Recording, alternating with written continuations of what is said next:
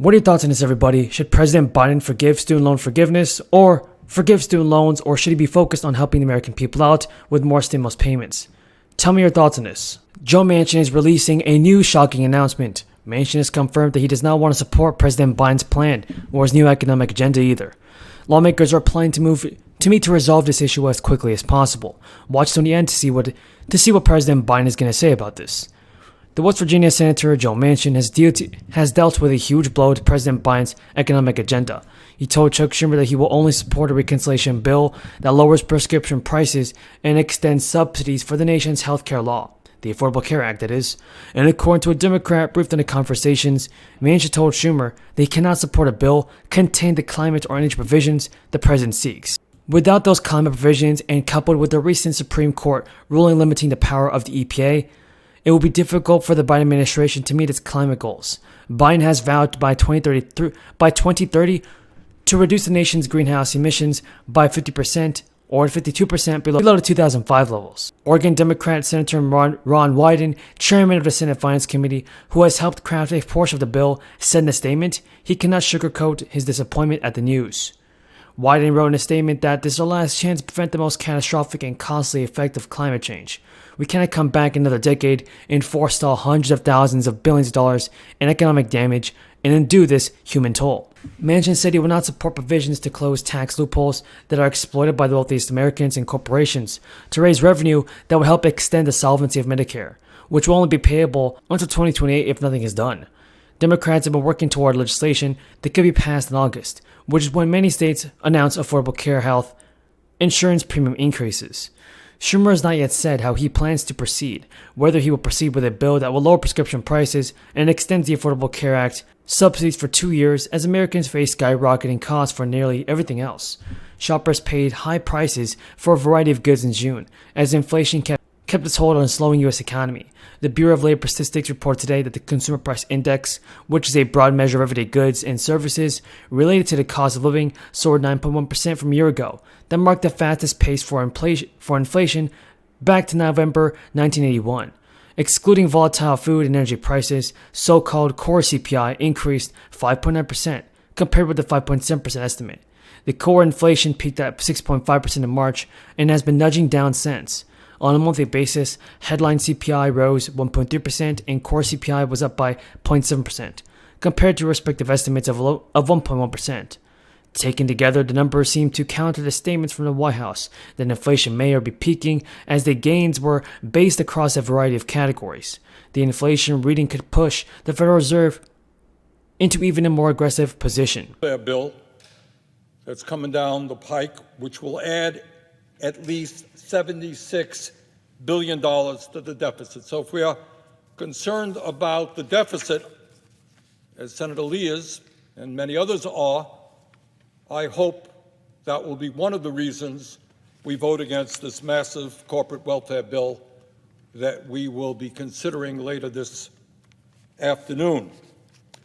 You know, I hear a lot of concern about the deficit here in the Senate, and I hear people say, we can't afford to feed hungry children, can't afford to deal with climate change, we can't afford to guarantee health care to all. Deficit is very, very large.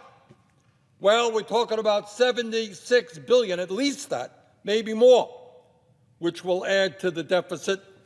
So when you consider the deficit, you might want to also take into account tax breaks and corporate welfare for large, profitable corporations.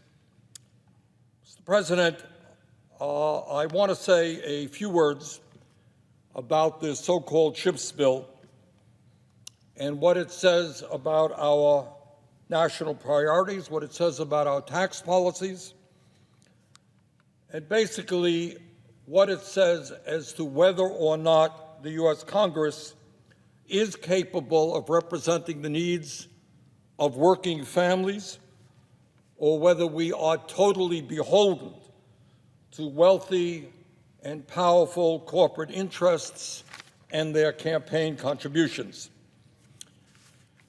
Last week, when I spoke about this issue, I expressed deep concern that Congress would provide $52 billion to a handful of profitable corporations in the microchip industry with no strings attached. Here it is, guys, $52 billion. Well, I stand corrected. As a result of some new tax reduction language, the corporate welfare total for the microchip industry has gone up. It is now at $76 billion. And the corporate lobbyists working on this bill, like pigs at the trough, are not yet finished. They want more and more and more. Their needs are insatiable. Mr. President, needless to say, I do not usually quote approvingly from the editorial page of the Wall Street Journal. They are not my best friends, and in fact, I think I get attacked on that page more than any other member of the Congress.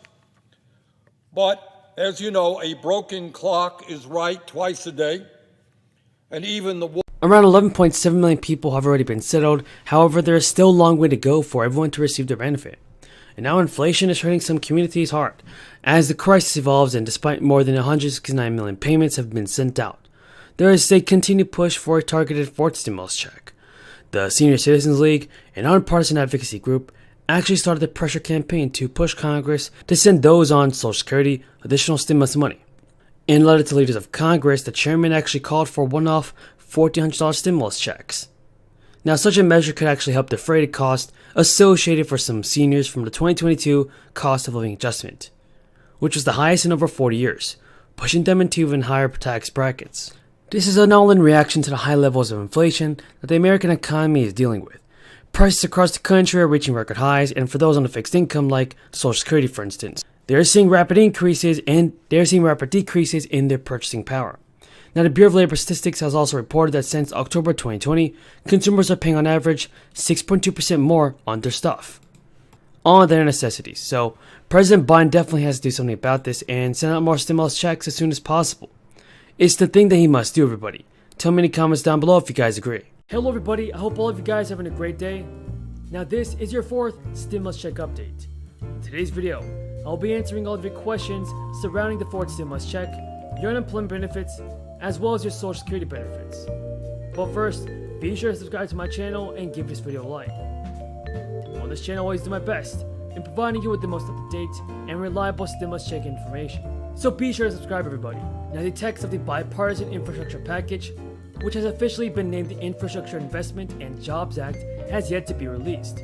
Folks, this bill might include a fourth stimulus check and an increase in your Social Security benefits.